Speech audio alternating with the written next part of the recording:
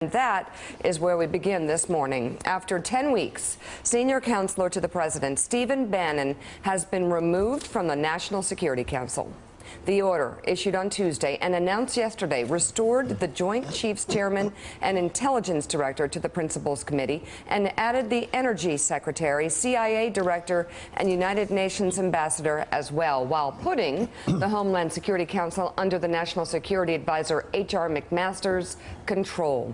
A senior White House official said Bannon had only attended one meeting of the Principals Committee and was no longer needed to serve as a check on former National Security Advisor Michael Flynn. In a statement, Bannon said former National Security Advisor Susan Rice, quote, operationalized the NSC during the last administration. I was put on to ensure that it was de-operationalized. General McMaster has returned the NSC to its proper function. Last night, Vice President Mike Pence said the changes were nothing out of the ordinary. I think the president's action, adding the chairman of the Joint Chiefs, adding the director of national intelligence, and moving a couple of our senior personnel off the National Security Council just simply represents a very routine evolution of the national security team around the president. So it's not a demotion for Steve Bannon? Well, not for Steve, not for Tom. These are very highly valued members of this administration.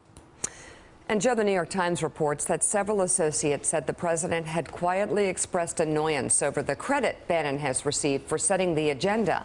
And Trump was not pleased by, quote, President Bannon, the puppet master theme promoted by magazines, late-night talk shows, and Twitter. Bannon was conspicuously absent from yesterday's news conference, having attended all others during the Trump administration. A source tells NBC News that Bannon only does the foreign leader things that are vital, and that health care was vital yesterday. The New York Times reports that Bannon resisted the move and even threatened to quit. Joe? Well, the Times excerpt that we put out there was sort of the bright, shiny object, talking about how he didn't like President Bannon being mentioned all the time. And he heard that not only externally but internally.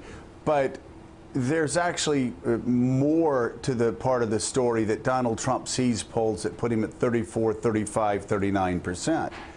And he understands that Steve Bannon's view of how to run a White House, and especially the executive order moving forward and fighting members of Congress instead of working with them, he has grown to understand, according to all the sources I've been talking to, that a lot of that chaos comes from Bannon.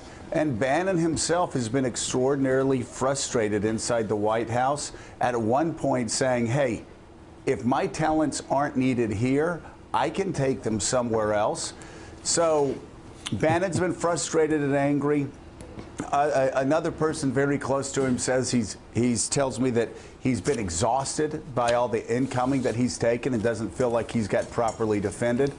And so he threatened to quit, but he didn't quit. And the Trump team didn't fire him. But Mark Halperin, they did something actually much worse than firing Steve Bannon.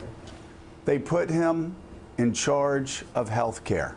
The House recesses today. This is, I mean, it's a classic move. It's this is part of a death spiral that we're watching. He's been attacking Jared Kushner quietly to third parties for some time. That never ever ends well. And this is one step closer to running a super PAC for the Mercers on the outside of the White House, instead of dealing with all of this nonsense that he deals with every day on the inside of the White House. Well, there's no doubt, Joe, that what people are talking about on the domestic policy side, on the personnel side, that there's a bit of a shakedown going on, and that the current configuration, the current policy priorities are not going to be what they are now, are not going to be what they are in maybe even a few weeks. On the other hand, this is still a big foreign policy week. And I think you're seeing now the president on Syria, on North Korea, on China here today, on the reorganization of the NSC. He's recognizing, as much as he wants to be unorthodox, the world, the country sees the president as the indispensable person in dealing with these issues. And I think you're seeing him act more like a normal president on these issues in the last couple days, particularly yesterday in the Rose Garden. Well, that certainly, Richard Haass, yesterday looked like General McMaster's National Security Council advice to the President of the United States walking out into the Rose Garden instead of Steve Bannon's. Of course, we can never judge Donald Trump by one thing that he does, because he'll do something later in the day deeply offensive.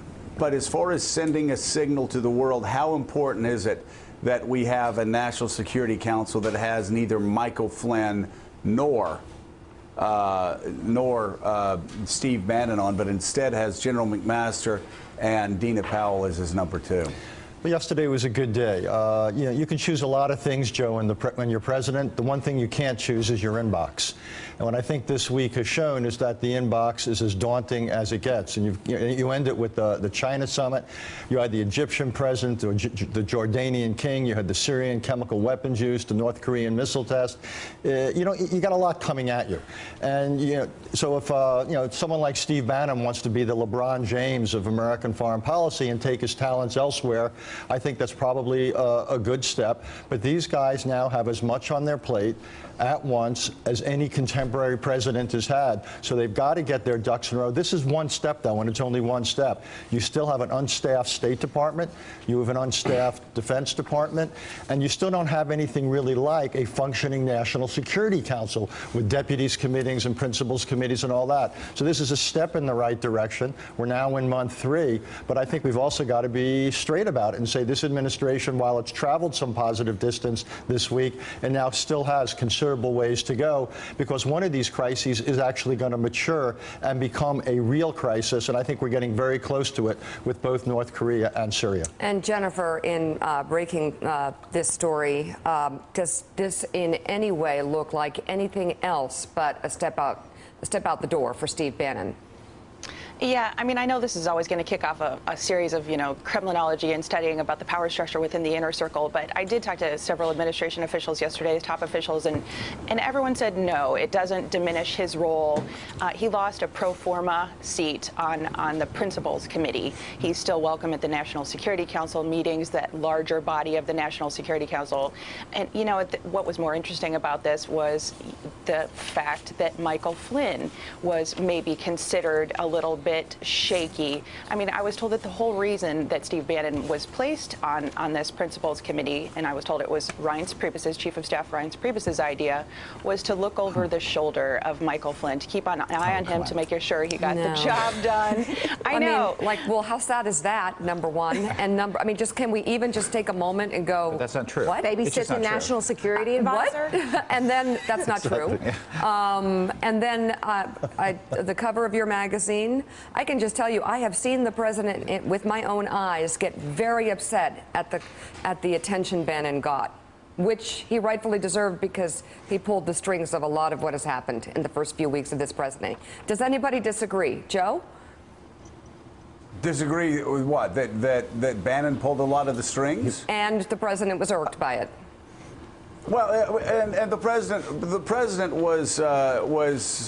was irritated about Steve Bannon for good reason. The fact that people were going around, I would hear people in the media, Michael Duffy, who'd been in the media forever, saying, oh, this nationalism strain of Donald Trump all started with Steve Bannon. And I'm like, did you not see, Jane, the Bannon way, the Bannon this. I said, did you not see Jane Pauley interviewing Donald Trump in 1987, and Donald Trump talking about Japan the same way he talks about China today? Did you not see Katie Couric? I mean, you can go back 40 years.